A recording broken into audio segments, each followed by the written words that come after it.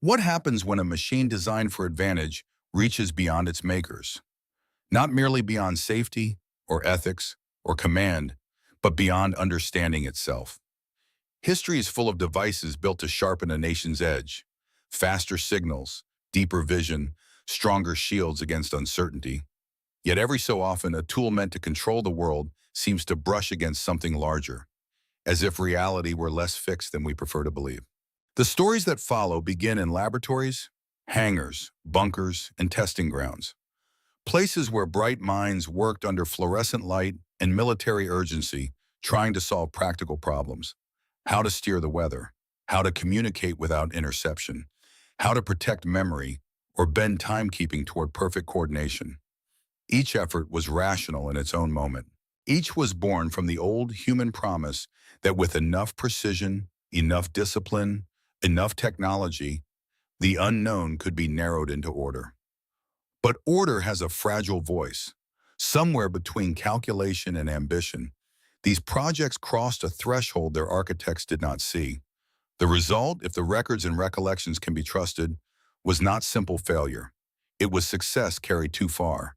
Storms that would not end, signals that answered from impossible distances, minds that no longer belonged entirely to themselves, clocks that seemed to trouble time rather than measure it.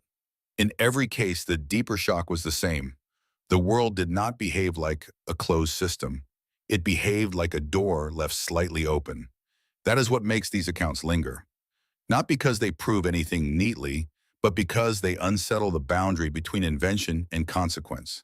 They ask whether discovery is always a form of arrival, or whether sometimes it is an intrusion. And beneath the classified language, the technical reports, and the silence that followed, another question remains. When human beings reach into mystery with instruments in their hands, what exactly are we touching, nature, power, or the hidden architecture of our own desire? It began, as so many modern myths do, with a desire for control over something ancient. Weather had always humbled armies. Rain could erase a road. Fog could hide a fleet. Wind could turn precision into chance. So in the early 1960s, inside a naval research program shaped by Cold War logic, scientists set out to do what rulers and generals had imagined for centuries. Not merely predict the sky, but persuade it. At first, the work seemed almost elegant. Arrays of energy pushed upward into layers of air, nudging pressure, moisture, and heat into temporary alignment. Small storms answered. Clouds gathered where there had been none. Rain fell on command. To the people overseeing the project, it must have felt like the future arriving in disciplined, measurable steps. Then came the larger test. On a summer day, the machinery was turned toward a far more ambitious objective. A storm vast enough to shield military operations. A weather front designed not as an experiment but as strategy. And for one brief moment, success appeared complete. The sky darkened. Air currents bent to the pattern they had imagined. Nature, it seemed, had accepted instructions. But when the system was powered down, the storm remained. Not as a fading after effect, but as something newly alive. It fed itself in ways the models could not explain. Winds curled in contradictory directions. Rain formed where moisture should not have been. Temperatures shifted with a kind of indifference to the rules that had once described the atmosphere. Within days, what had been created in one place was no longer staying there. That was the deeper revelation. The experiment had not simply produced a storm, it had disturbed a balance no one fully understood. The sky was not a machine with hidden levers waiting to be found. It was an organism of scales and connections, intimate and planetary at once. And so the first lesson arrived, not with an answer, but with unease. When we try to command the forces that surround us, are we mastering nature or only discovering how little of it was ever ours to command? What if the danger was not the storm itself, but the silence that followed it? In the years after the test, official language softened the event into technical ambiguity. Reports narrowed, names changed, budgets moved elsewhere. Yet the people closest to the program remembered something harder to file away. The feeling that a threshold had been crossed, and then quietly sealed behind them. Across coastal stations and remote monitoring posts, fragments of the same pattern began to surface. Instruments recorded pressure anomalies with no stable source. Storm fronts wandered against prevailing systems, lingering over regions long after seasonal logic said they should break apart. What had once been treated as an isolated experiment began to resemble a disturbance with memory. No one said it that way, of course. Institutions rarely speak in metaphors. They speak in margins, exceptions, revised procedures. But human beings notice when the world starts behaving as if it remembers being touched. Fishermen spoke of tides that felt delayed, as though the sea were arriving half a beat late.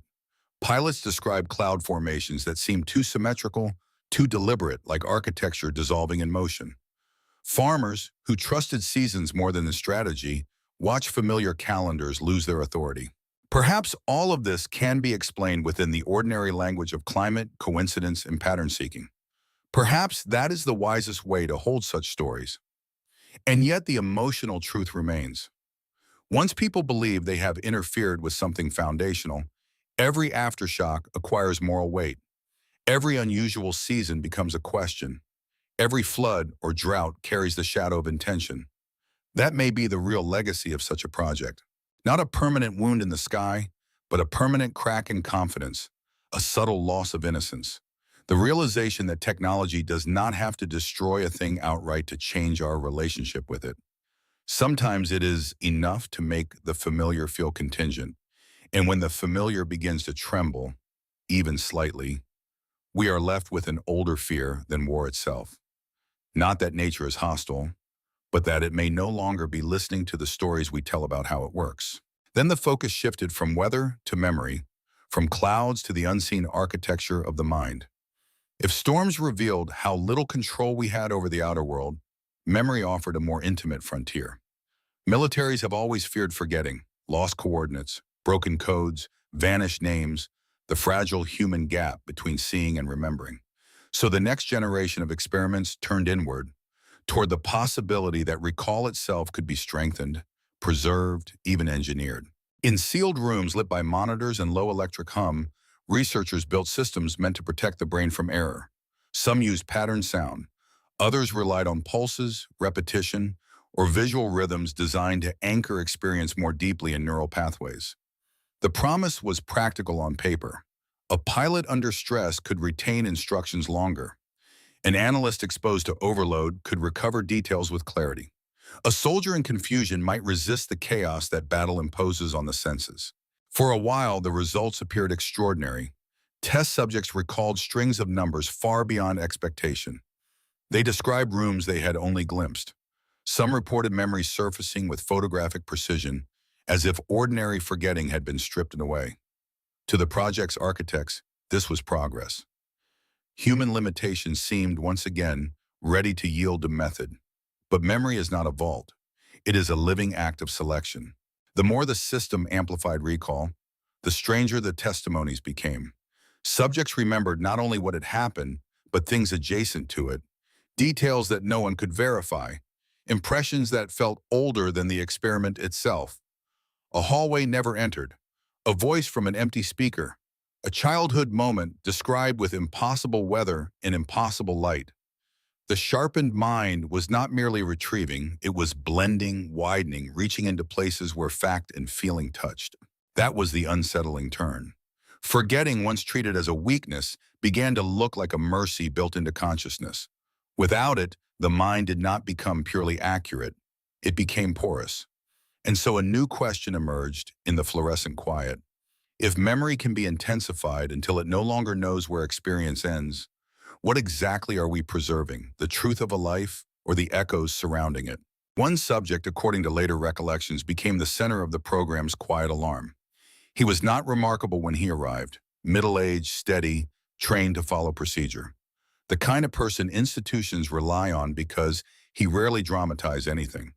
In the early sessions, his results looked like the program's strongest evidence. He remembered sequences after a single exposure. He reconstructed maps from fragments.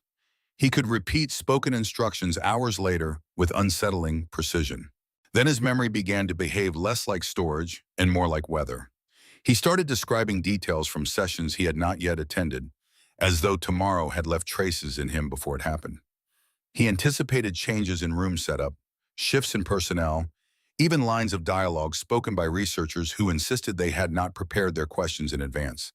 At first, the staff assumed leakage, suggestion, perhaps fatigue. But the pattern kept returning, calm and consistent, and that consistency disturbed them more than panic would have. Soon the man reported something harder to classify. He said his memories no longer felt arranged in a line. Childhood, training, the present hour, and possible futures seemed to arrive together, not as confusion exactly, but as overlap. He compared it to standing in shallow water while several currents moved through his legs at once. Nothing disappeared. Nothing stayed separate. Time itself had begun to lose its neat borders inside him. For the researchers, this was not the enhancement they had promised. It suggested that the mind, pressed too hard toward perfect retention, might stop filtering reality in the ordinary way. Memory was no longer a record of what had happened. It was becoming a field in which possibility, expectation, and lived experience mixed together. That possibility was more frightening than simple malfunction. A broken tool can be shut off. But what if the altered state revealed something genuine about consciousness? Something everyday life usually edits out so we can function. The project notes became more cautious after that. But the human question remained, hanging over the work like a low light in an empty room. Are we healthiest because we remember well, or because the mind mercifully narrows the vastness of what it might otherwise perceive? What if the most unsettling signal is the one that answers back? After the experiments with weather and memory, military research followed another old dream: communication untouched by distance, terrain, or interception. In hidden facilities and isolated desert ranges, engineers pursued systems that could carry messages through interference, across oceans, perhaps through the very limits that normally separate one mind, one machine, one place from another. The technology began as a practical necessity. Secure transmission has always been a contest between ingenuity and loss. Static invades, atmosphere bends signals. Encryption slows urgency, so the project aimed for something cleaner. A method of sending highly compressed bursts along frequencies believed to be too unstable for conventional use. In theory, the instability itself would protect the message. At first, the results looked like triumph. Signals reached farther than expected. Receivers locked on through storms and geomagnetic noise. Operators described a strange clarity in the transmissions, as though the data had found not merely a path, but the most efficient path, slipping through confusion with almost organic ease. In a world defined by interference, this felt revolutionary. Then came the replies. Not replies in plain language, not voices from science fiction, but echoes with structure. Return patterns appeared from the zones where no equipment had been deployed. Fragments arrived in timings too precise to dismiss as static, yet too irregular to fit any authorized source. Some bursts seemed to contain distortions of the original message, altered in ways that made them look less like corruption than interpretation. The system was not only transmitting, it was entering into a conversation no one had intended to begin. Teams checked for sabotage, error, atmospheric reflection, classified overlap between agencies. All the usual explanations were considered, and perhaps one of them was enough. But what lingered in the reports was tone, the uneasy recognition that the network behaved as though space itself were not empty, only quiet. And that quiet changed shape once we pressed against it. The lesson was subtle, almost philosophical. Communication is never just about sending, it is also about discovering what conditions are already there, waiting to answer. When we force a message farther than it was meant to go, do we extend human reach or simply awaken forms of response we were never prepared to hear? The investigators tried to reduce the mystery to mechanics. That is what disciplined institutions do when something slips beyond expectation. More antennas were installed. Timing windows were narrowed. Reference signals were sent into empty sectors of sky and sea, then measured for drift, echo, and delay. If the phenomenon was atmospheric, it would reveal a pattern. If it was foreign interference, it would reveal intent. If it was internal contamination, it would eventually confess itself in the data. Instead, the data became stranger by degrees. Operators began to notice that the anomalous returns were not random interruptions but selective ones. Routine traffic often passed undisturbed.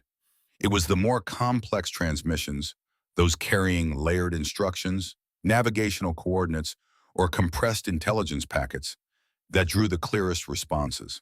The system seemed to react most strongly when human meaning became dense, as if information itself possessed weight and attracted an answering force. A few engineers proposed a cautious possibility. Perhaps the transmissions were striking, overlooked boundaries in the electromagnetic environment, folds of reflection and resonance that normal systems never touched. That explanation remained scientific, but it also hinted at something unsettling, that the world might contain corridors of interaction hidden in plain sight, invisible until our machines became ambitious enough to find them. Then one late-night test altered the mood entirely. A message sequence was sent using a new modulation pattern, and the return came almost immediately, cleaner than before, carrying intervals that mirrored the original but arranged in a subtly different order. Not noise, not repetition, more like revision. One technician described it as hearing your own footsteps ahead of you on an empty road. After that, some staff requested reassignment, others leaned in harder, convinced they stood at the edge of a communications breakthrough. But breakthroughs and trespasses can feel the same in the moment. The line between discovery and disturbance is rarely visible when you are the first to cross it. Perhaps the replies were nothing more than physics revealing a deeper elegance. Perhaps that is wonder enough. Still, the human effect was undeniable. The project left behind a question that belonged as much to philosophy as engineering. When our signals travel far enough to meet an intelligence not necessarily conscious, but structured, responsive, and other, have we contacted the unknown or merely exposed how unknown the universe has always been? After the questions of signal came the question of time. Not time as philosophy, but time as infrastructure. Synchronized clocks guiding missiles, satellites, submarines, command systems, and the fragile choreography of modern defense. Precision was no luxury. A fraction of a second could separate coordination from catastrophe. So another classified effort set out to build timing systems so exact they would no longer depend on the ordinary drift of the world. The project drew from atomic measurement, deep field calibration, and exotic materials said to be less vulnerable to heat, motion, and electromagnetic distortion. In controlled conditions, the prototypes performed beautifully. Clocks in separate facilities remained aligned beyond expectation. Navigation improved. Data fusion sharpened. Engineers spoke of reducing uncertainty to nearly nothing, of giving military operations a common heartbeat no weather or geography could disrupt. Then small discrepancies began to appear. Not the usual mechanical drift, but brief, almost elegant dislocations. A synchronized array would separate for a moment and then restore itself, as if one clock had visited a different sequence of seconds before returning. Logs showed timestamps arriving out of order. Surveillance feeds displayed events with tiny temporal inversions. A door sensor triggered before the door moved. A transmission marked as received before it had technically been sent. Most of these anomalies were measured in instants, far too small to be dramatic, yet large enough to disturb the people trained to trust chronology. The deeper problem was psychological. Time is the hidden agreement beneath all systems. We do not think about it because we live inside its rhythm. But once instruments suggest that sequence itself can wobble, confidence begins to erode at the root. Researchers who would never indulge superstition found themselves rereading logs late at night, as if the order of cause and effect might shift under scrutiny. Perhaps the project simply revealed how delicate synchronization becomes at the edge of absolute precision. That is a sensible explanation. Yet even the sensible explanation carried its own unease. Push measurement far enough, and you do not merely observe reality more clearly. You begin to encounter the seams of the framework that lets reality feel stable at all. And if time can be troubled by our attempt to perfect it, what else in human life depends on imperfections we have mistaken for flaws, when they may actually be what keeps the world coherent? One incident, preserved in fragments and secondhand testimony, became the story people whispered about when they wanted to explain why the timing project had unsettled even its own designers. During a systems integration test, several synchronized units were placed in separate buildings, each isolated, shielded, and monitored. The task was routine: compare drift, confirm stability, certify the network for more demanding use. For the first hour, everything behaved beautifully. Then a technician noticed a discrepancy so small it might have been dismissed in any ordinary program. One clock was ahead by less than a measurable breath. Another was behind by almost the same amount. But the offsets were not random. They formed a pattern as though the clocks were circling a point no one could see. Minutes later, the pattern repeated at a larger scale. Logs from different rooms suggested that actions had occurred in sequences that could not all be true at once. A switch was thrown in Building A before the authorization signal appeared in Building B. A spoken confirmation was timestamped after the system had already responded to it. On one camera feed, a researcher turned toward an alarm a fraction of a second before the alarm began. Each anomaly was tiny. Taken alone, each could be filed as error. Together, they felt like a pressure building inside the idea of before and after. The staff responded the only way professionals can. They recalibrated, reran, isolated variables, checked power integrity, shielding, temperature, vibration. Yet the more carefully they measured, the more the event resisted reduction. It was not chaos. It was order behaving according to rules just outside the ones they had written down. That possibility left a lasting bruise on the imagination of the project. Because if sequence can briefly loosen without collapsing, then causality may be less like a steel rail and more like a current, usually reliable, occasionally shifting under forces too subtle for everyday life to reveal. In the end, perhaps nothing supernatural happened at all. Perhaps the experiment merely illuminated a limit in our instruments or in our assumptions. But the emotional truth endured. When technology begins to question the order in which things happen, it also questions the order by which human beings make meaning of their lives. By then, the pattern was impossible to ignore. Different decades, different labs, different scientific goals, weather, memory, communication, time, and yet each project seemed to arrive at the same hidden boundary. Military research had been built on a simple faith that reality could be mapped, divided, optimized, and used. But again and again, the act of pressing too hard on one part of the system disturbed another. The world answered not with obedience, but with complexity. What emerged from these efforts was not a single secret technology, nor a tidy conspiracy of vanished truths. It was something more human, and perhaps more unsettling.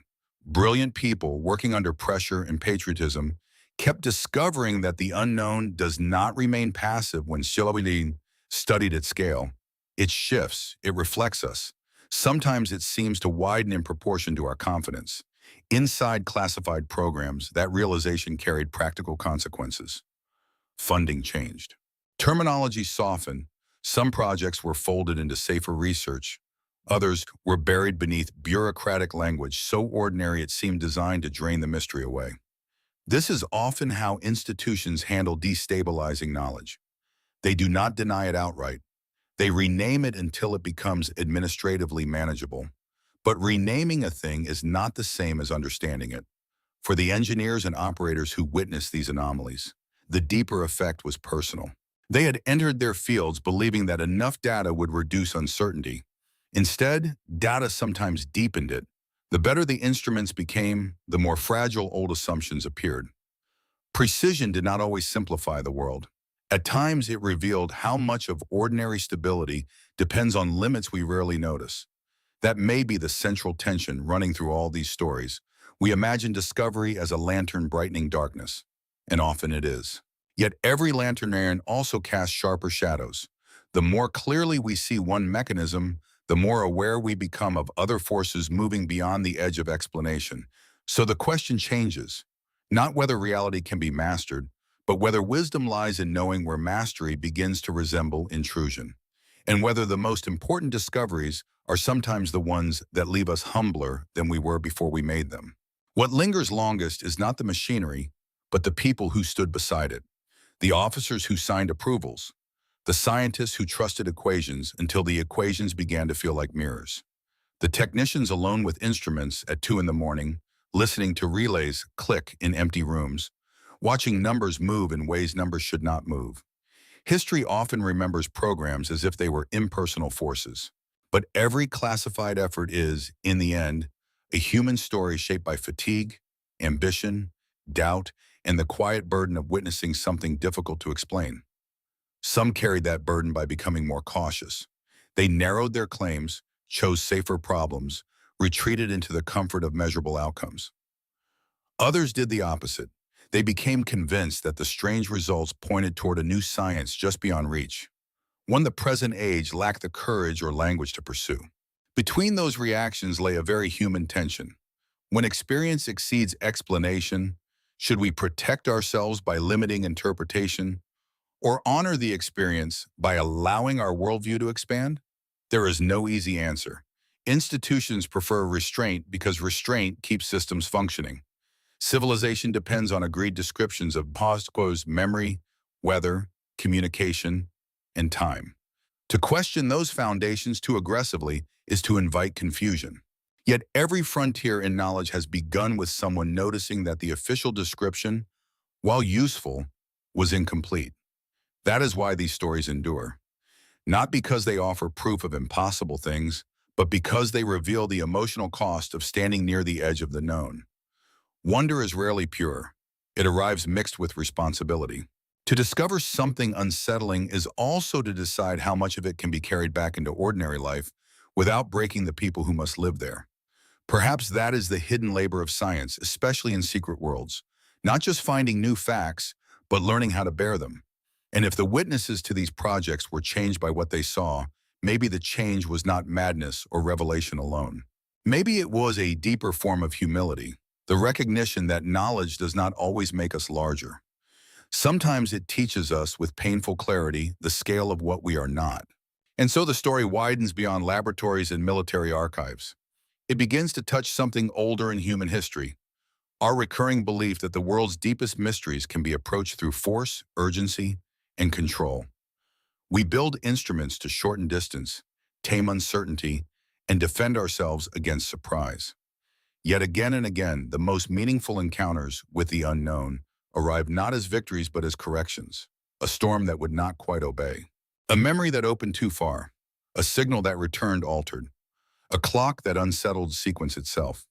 Taken separately, each event might be dismissed as error, misinterpretation, or the natural turbulence that appears at the edge of complex research.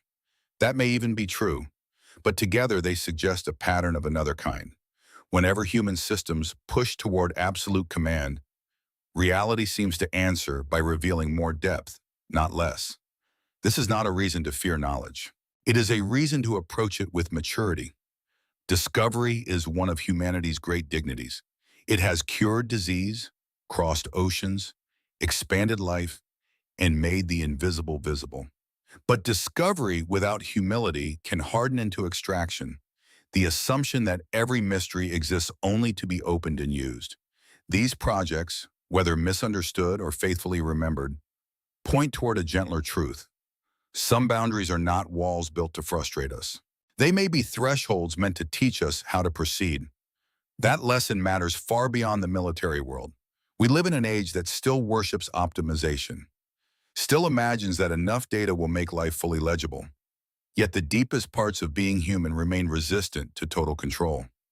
Memory needs forgetting. Time needs imperfection. Nature needs room to move outside our plans. Even communication carries meaning only because silence exists around it. Perhaps wisdom begins there, not in abandoning the search, but in changing its posture. To study the world honestly is not merely to ask what it can do for us. It is to ask what kind of people we become in the act of reaching toward it, and whether our greatest strength might lie not in conquest, but in reverence. Maybe that is why these accounts continue to resonate, even when documents fade. Witnesses contradict one another, and official language reduces the extraordinary to procedural review. The details matter, of course. History deserves rigor. Speculation should remain speculation. But beneath the disputed facts lies a more enduring truth. These projects touched a nerve in the modern imagination because they dramatized a question we rarely ask aloud. What if reality is not a passive backdrop to human intention, but a participant in it? For generations, technological power has encouraged a certain emotional habit. We come to believe that the unknown is simply the known in waiting. Give us stronger instruments, faster systems, deeper models, and eventually the hidden structure of things will surrender itself. Yet the stories gathered here suggest a more paradoxical possibility. As our tools become more refined, They do not merely reveal cleaner answers. They also expose subtler forms of mystery, layers of relation, feedback, and ambiguity that older eras could not even detect. That does not diminish science. It dignifies it. A mature understanding of the world is not one in which every question is conquered, but one in which inquiry becomes more honest about complexity. The researchers in these programs, whether triumphant, shaken, or silent afterward, were not simply chasing advantage.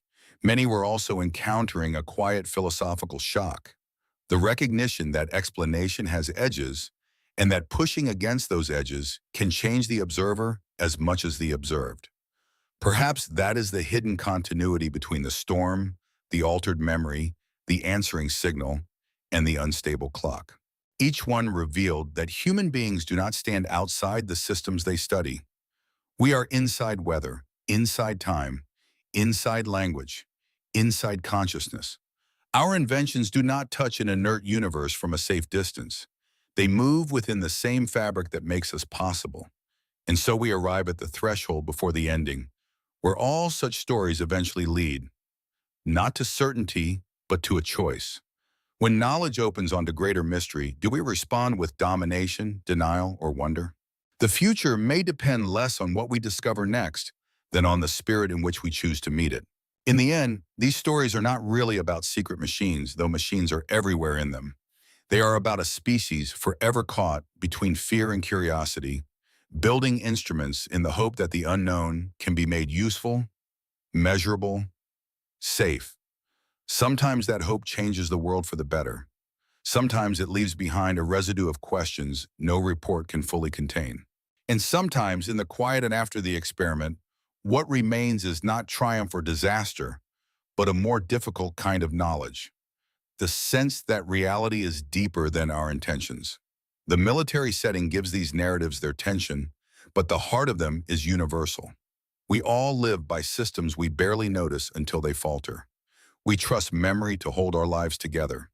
We trust weather to remain within seasonal character. We trust communication to mean what it says, and time to move in one direction, at one pace carrying us forward. When those assumptions blur, even for an instant, we feel not only confusion but vulnerability. The stable world we depend on reveals itself as partly a gift. That recognition need not lead to paranoia or despair. It can lead somewhere better. Humility is not the enemy of knowledge. It may be the condition that allows knowledge to remain human. To investigate without reverence is to risk turning mystery into extraction. But to investigate with patience, ethical restraint, and a willingness to be changed by what we learn, that is a different kind of power altogether. Perhaps that is the lasting inheritance of these accidental encounters with the edge of the real. They remind us that discovery is never only technical, it is moral, emotional, and civilizational. Every tool we create also shapes the posture with which we meet the universe. So the final question is not whether hidden projects once brushed against forces beyond their design. It is whether we, inheritors of that restless ambition, can learn to seek truth without assuming we own it, and whether the future will belong not to those who try hardest to dominate reality, but to those willing to approach it with courage, care, and wonder.